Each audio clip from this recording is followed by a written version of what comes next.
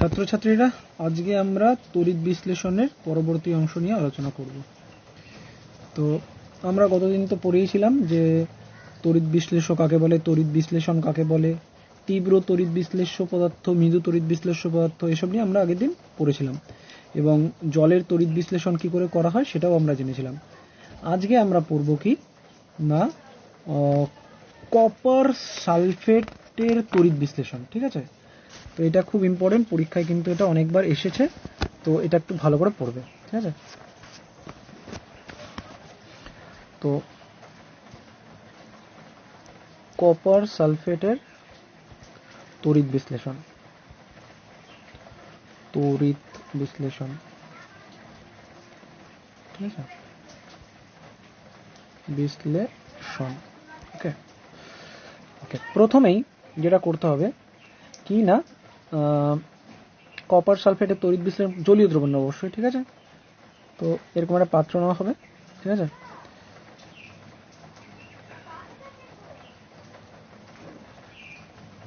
এবং কপার তড়িৎদ্বারের সাহায্যে, তড়িৎদ্বারকে আমরা কি হিসেবে নেব, কপার নির্মিত ক্যাথোড এবং অ্যানোড। ঠিক আছে, এটা কপার। ঠিক আছে, এটা মাইনাস, এটা প্লাস। ঠিক আছে, এবার এটা কিসের তৈরি, এটা কপারের তৈরি, এটা কপারের তৈরি। ঠিক আছে,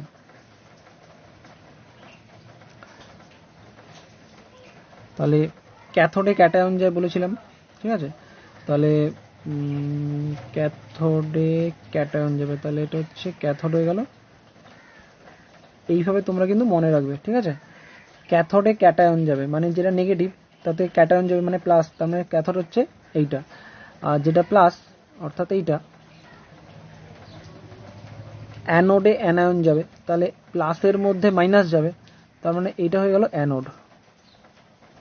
ঠিক আছে, এইভাবে তোমরা মনে রাখবে। ওকে, এবার কপার সালফেটের তড়িৎ জলীয় দ্রবণে যখন আমরা করব, ঠিক আছে, কপার সালফেট জলীয় দ্রবণ, দুটো জিনিস পাওয়া যাবে, কপার সালফেট নিজে ভাঙবে, ঠিক আছে, প্লাস জল জলীয় দ্রবণ যেহেতু সেটাও ভাঙবে কিন্তু। তাহলে কপার +2 আর সালফেট SO4 2- ভাঙবে, আর জল ভাঙবে H+ প্লাস OH-। ঠিক আছে, তাহলে আমরা এখানে দেখতে পাচ্ছি দুটো ক্যাটায়ন আছে, একটা হচ্ছে H+ আর একটা হচ্ছে Cu+, আর দুটো অ্যানায়ন আছে। ঠিক আছে, একটা হচ্ছে CuSO4 আর একটা হচ্ছে OH-। তাহলে ক্যাথোডে কে যাবে,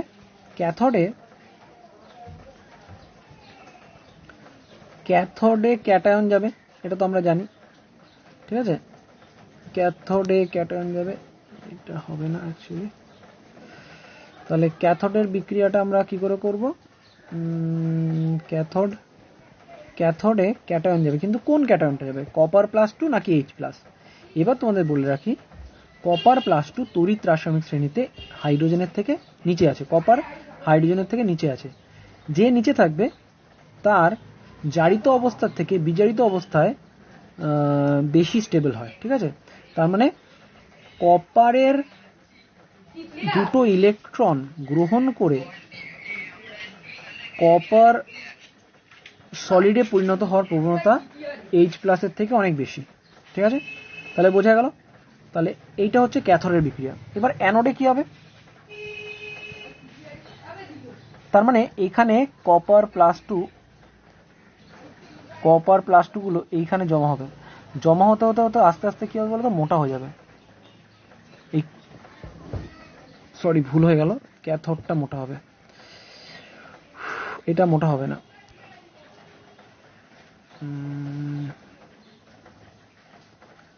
এখানে যাবে না, কপার +2 গুলো এই পাশে যাবে।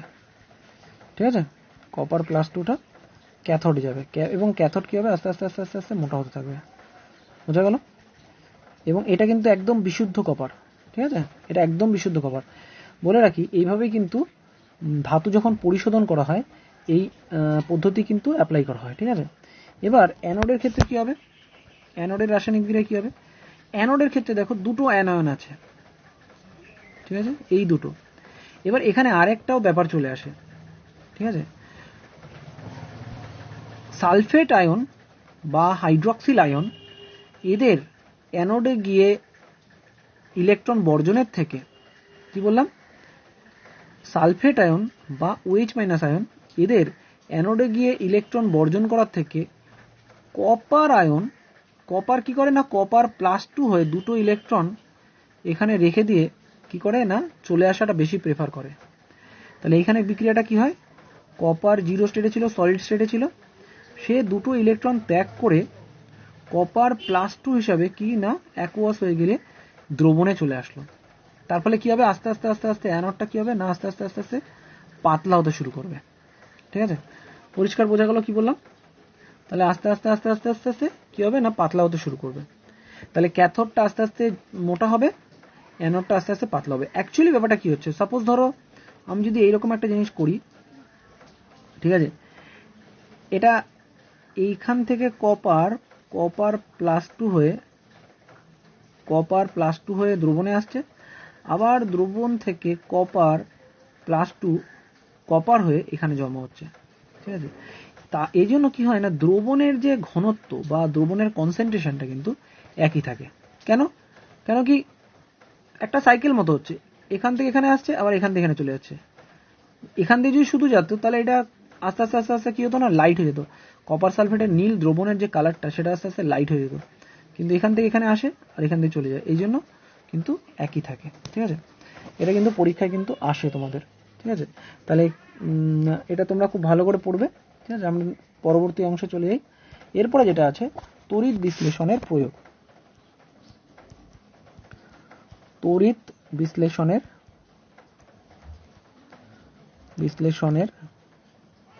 প্রয়োগ। ঠিক আছে, সবচেয়ে গুরুত্বপূর্ণ যে প্রয়োগটা সেটা হচ্ছে ধাতু নিষ্কাশন।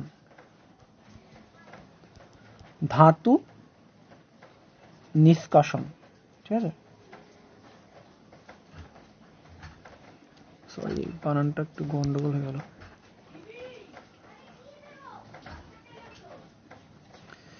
ধাতু নিষ্কাশন।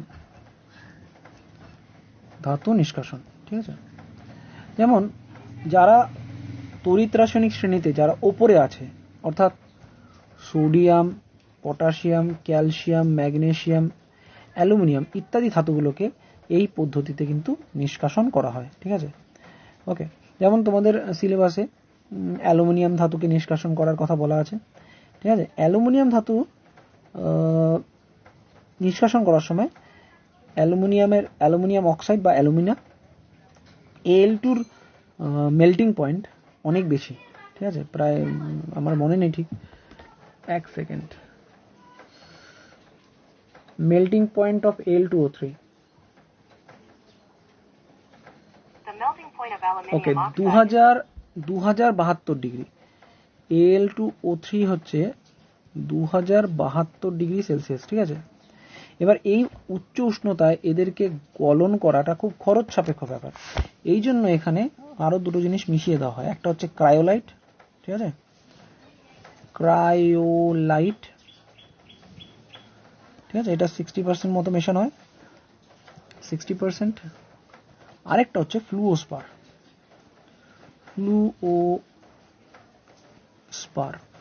এটা 20% মেশানো হয়। এবার এটাকে যদি উত্তপ্ত করা হয়, এর 900 ডিগ্রি সেলসিয়াস থেকে 950 ডিগ্রি সেলসিয়াসে কিন্তু এর মেল্টিং পয়েন্ট চলে আসে। ঠিক আছে, এর মেল্টিং পয়েন্টটা কিন্তু অনেক কমে যায়। ঠিক আছে, এবার আমরা একে নিয়ে কি করি না তড়িৎ বিশ্লেষণ করি। ঠিক আছে, তড়িৎ বিশ্লেষণ করব কি করে, একই রকম ভাবে তড়িৎ বিশ্লেষণ করবো। তার জন্য একটা ক্যাথোড লাগবে, একটা অ্যানোড লাগবে, এরকম একটা জিনিস থাকে। ঠিক আছে, এখানে ক্যাথোড হিসেবে ব্যবহার করা হয় গ্রাফাইট বা গ্যাস কার্বনের আস্তরণ। ঠিক আছে, গ্রাফাইট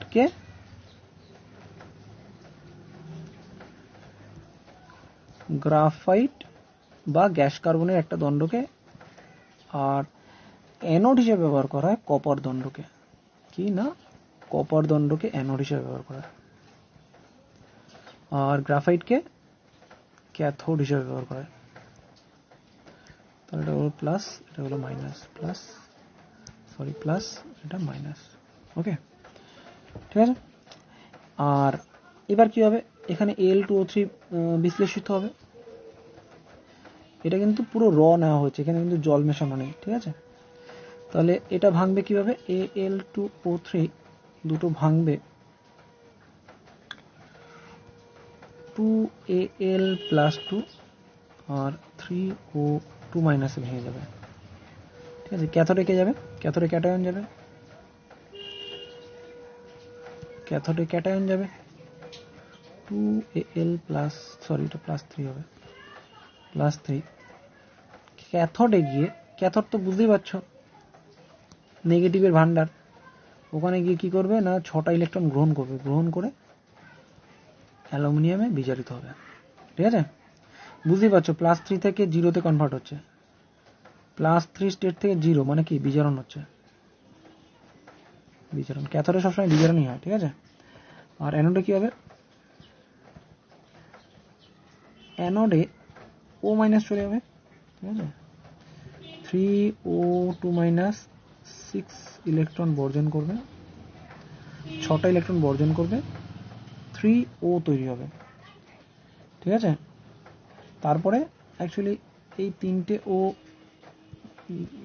দুটো মিলে তৈরি করবে 3O2, 3টে অক্সিজেন করে এটা বেরিয়ে যাবে। ঠিক আছে, এইভাবে কিন্তু আমরা বিশুদ্ধ অ্যালুমিনিয়ামকে আমরা ক্যাথোডে এখানে জমা হতে থাকে।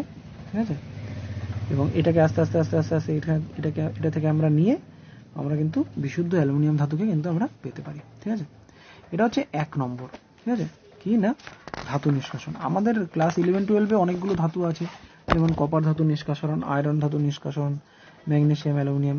ঠিক আছে, তো আপাতত আমাদের অ্যালুমিনিয়াম আছে, সেটাই তোমরা খুব ভালো করে পড়বে। ঠিক আছে, এবার হচ্ছে ধাতু পরিশোধন। ধাতু পরিশোধন কিন্তু আমি যেটা বললাম সেরকমই, ওই যে 2 নম্বর হচ্ছে ধাতু পরিশোধন, পরিশোধন। ধাতু পরিশোধনে কি হবে, ওই একই রকম,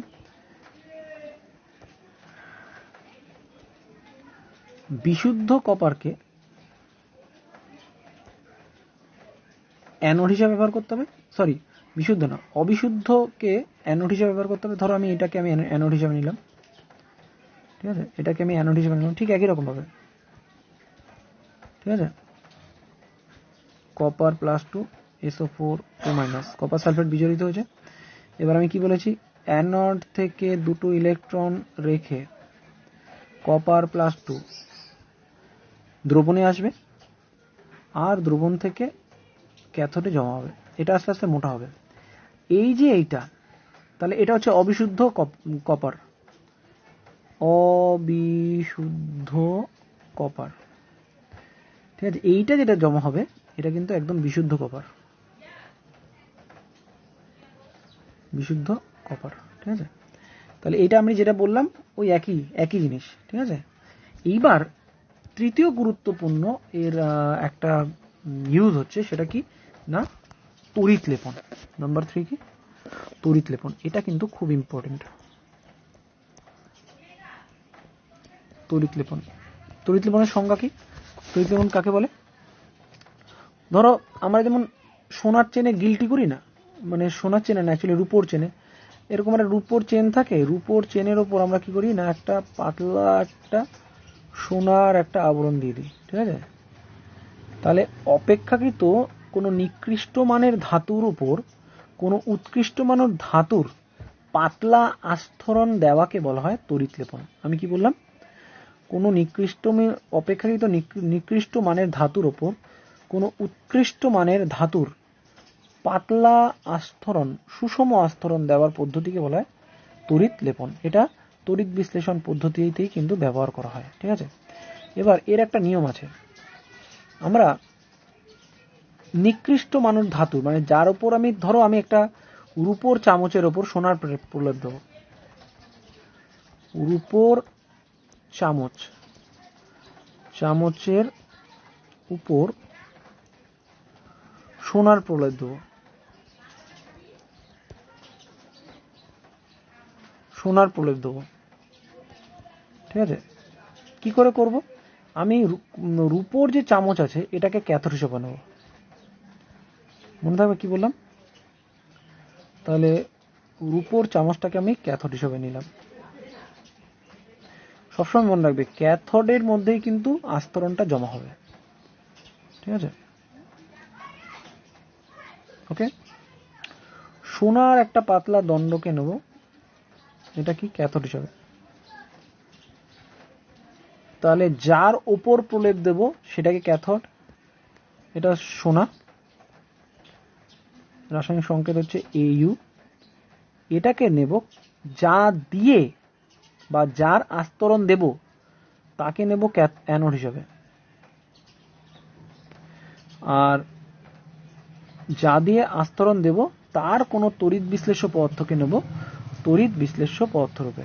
ঠিক আছে, তার কোনো লবণকে, যেমন এক্ষেত্রে পটাশিয়াম অরোসায়ানাইডকে নেওয়া হয়। পটাশিয়াম অরোসায়ানাইড এর সংকেত কি? KAU CN2। এটা একটা কমপ্লেক্স এজেন্ট। ঠিক আছে, KAU CN2। ঠিক আছে, এটা ক্যাথোড আর এটা অ্যানোড হিসেবে নেওয়া হয়েছে। কিছুক্ষণ পর দেখা যাবে আস্তে আস্তে আস্তে আস্তে এই পুরো সোনার রূপোর চামচের উপর একটা পাতলা আস্তরণ এখান থেকে পড়ে গেছে। এখান থেকে এখানে আসবে সোনা, আর এই সোনা এখানে আস্তে আস্তে জমা হবে। ঠিক আছে, বুঝতে পেরেছ? সিম্পল ব্যাপার। ঠিক আছে, মানে আমি যা দিয়ে আমি আস্তরণ দেব সেটাকে অ্যানোড হিসেবে নেব, যার ওপর আস্তরণ ফেলবো তাকে ক্যাথোড হিসেবে নেব, আর তড়িৎ বিশ্লেষ্য রূপে নেব যেটার আমাদের মানে সোনা দিয়ে আমি আস্তরণ ফেলছি তার কোনো লবণকে। ঠিক আছে, সিড ভালভ প্লেটিং এর সময় একই জিনিস করতে হবে। ঠিক আছে, সেখানে তড়িৎ বিশ্লেষণ রূপে নিতে হবে পটাশিয়াম আর্জেন্টোসায়ানাইড, একই জিনিস, শুধু AU এর জায়গায় AG, পটাশিয়াম আর্জেন্টোসায়ানাইড। ঠিক আছে, এবার আরেকটা প্রশ্ন আসে, গ্যালভানাইজেশন কাকে বলে?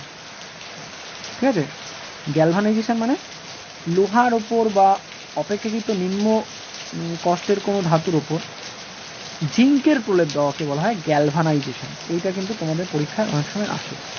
ঠিক আছে, গ্যালভানাইজেশন বলতে কি বোঝো? ঠিক আছে, তাহলে মোটামুটি তোমাদের এই চ্যাপ্টারটা শেষ হয়ে যাবে। ঠিক আছে, এই চ্যাপ্টারটা শেষ হয়ে গেল। তোমরা এই চ্যাপ্টার থেকে যেগুলো যেগুলো পড়বে সেগুলো আমি তোমাদেরকে একটু ছোটো করে বলে দিই। সেটা হচ্ছে তড়িৎ বিশ্লেষণ কাকে বলে, 1 নম্বর প্রশ্ন। এগুলো তোমাদের হোমওয়ার্ক থাকবে, তোমরা লিখে আমাকে দেখাবে। 2 নম্বর, তড়িৎ বিশ্লেষ্য পদার্থ কাকে বলে? তড়িৎ বিশ্লেষ্য। 3 নম্বর, তড়িৎ বিশ্লেষ্য পদার্থ কয় প্রকার ও কী কী? সেটা তো জানি, 2 প্রকার, মৃদু তড়িৎ বিশ্লেষ্য পদার্থ এবং তীব্র তড়িৎ বিশ্লেষ্য পদার্থ। আজকে একটু নয়েজ আছে কারণ বাইরে খুব জোর বৃষ্টি হচ্ছে। ঠিক আছে, একটু নয়েজটা একটু হেডফোন দিয়ে শোনো, তাহলে পরিষ্কার বোঝা যাবে। ঠিক আছে, তারপর আমরা জলের তড়িৎ বিশ্লেষণ করেছি, জলের তড়িৎ বিশ্লেষণ। 5 নম্বর, কপার সালফেটের জলীয় দ্রবণের তড়িৎ বিশ্লেষণ। 6 নম্বর, আজকে যেটা পড়ালাম, তড়িৎ বিশ্লেষণের প্রয়োগ। ঠিক আছে, 1 নম্বর হচ্ছে ধাতু নিষ্কাশন, 2 নম্বর ধাতু পরিশোধন, 3 নম্বর তড়িৎ লেপন। তড়িৎ লেপন থেকে কিন্তু অনেকগুলো প্রশ্ন আসে, যে রূপোর চামচের ওপর সোনার প্রলেপ দিতে গেলে আমরা ক্যাথোড অ্যানোড হিসাবে কী কী ব্যবহার করব। আর গ্যালভানাইজেশন তো খুবই ইম্পর্টেন্ট প্রশ্ন, সেটা পরীক্ষায় আসতে পারে। ঠিক আছে, তাহলে তোমরা এগুলো খাতায় লিখবে। ঠিক আছে, আজকে তাহলে এত পর্যন্ত থাক।